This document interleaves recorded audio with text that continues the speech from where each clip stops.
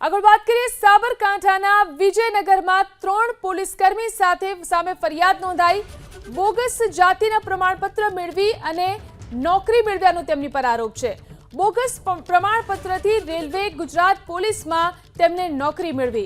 વર્ષ 2003 થી 2012 દરમિયાન જાતિના બોગસ પ્રમાણપત્ર બનાવવામાં આવ્યા।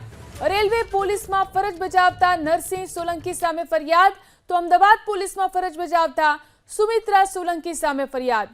સીઆરપીએફમાં ફરજ બજાવતા હિંમતસિંહ સોલંકી સામે પણ ફરિયાદ નોંધાઈ છે। આ વિશે વધુ જાણકારી મેળવી અમારા સંવાદદાતા દર્શન ફોન લાઈનથી જોડાયા છે। જી દર્શન, શું વધુ વિગતો પ્રાપ્ત થઈ રહી છે?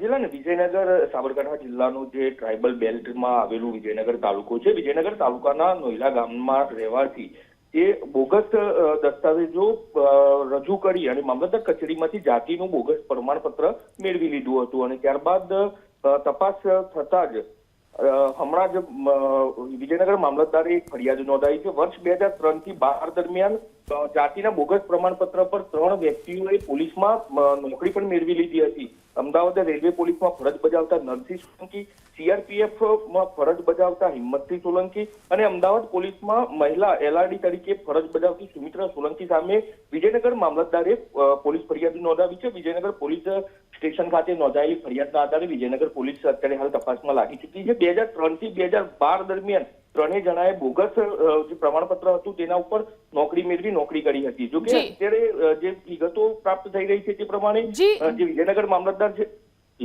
જી દર્શન, આપને રોકવા માંગીશ। આપણી સાથે વિજયનગરના મામલતદાર આર.કે. પરમાર ફોન લાઈનથી જોડાયા છે।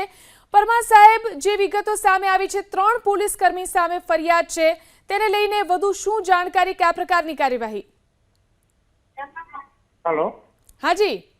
હા, એમને નેલાવ ગામના છે વિજયનગરના અને જે તે વખતે તાલુકા પંચાયત, સમાજ સુરક્ષા અને મામલતદાર ઓફિસમાંથી જે તે વખતે પ્રમાણપત્રો મેળવેલા, એ પ્રમાણપત્રો ખરાઈ સમિતિ, વિશ્લેષણ સમિતિ દ્વારા ના મંજૂર કરવામાં આવ્યા છે અને ખોટા પ્રમાણપત્રો બાબતે ફરિયાદ નોંધવા હુકમ કરવામાં આવેલ છે। એ અનુસંધાને અમે ફરિયાદ નોંધાઈ।